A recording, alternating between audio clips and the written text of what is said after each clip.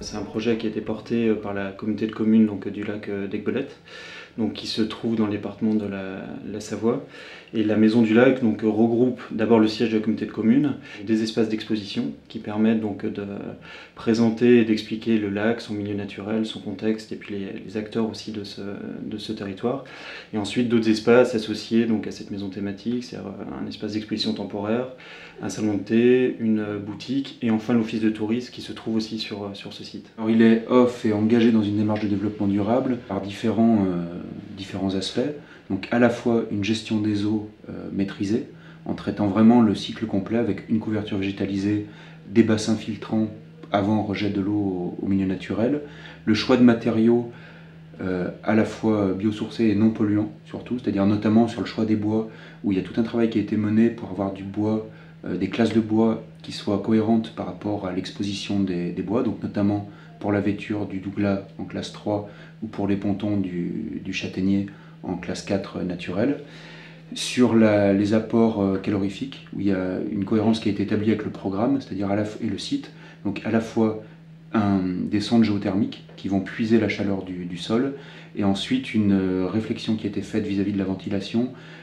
pour se servir en fait de la chaleur produite par les équipements scénographiques des espaces d'exposition.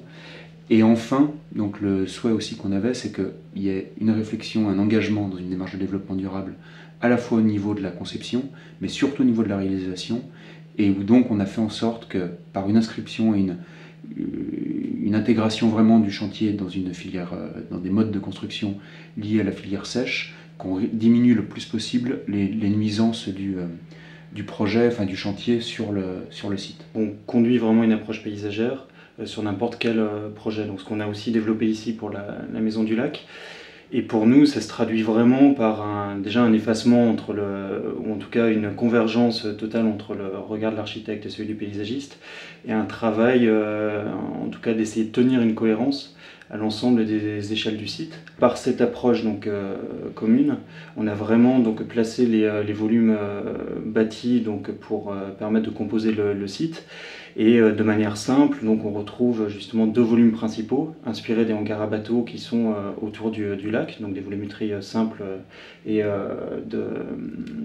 d'esprit plutôt rural,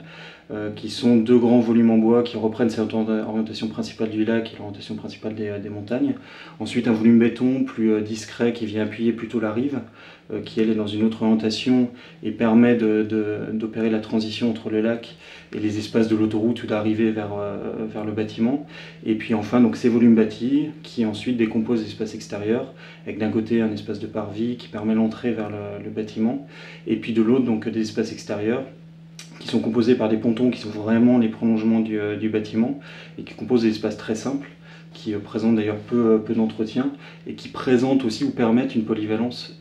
extrêmement poussée de ces espaces à la fois extérieurs et intérieurs qui nous paraissent pertinents, notamment dans l'espace plutôt rural qui est l'environnement notamment de la Maison du Lac.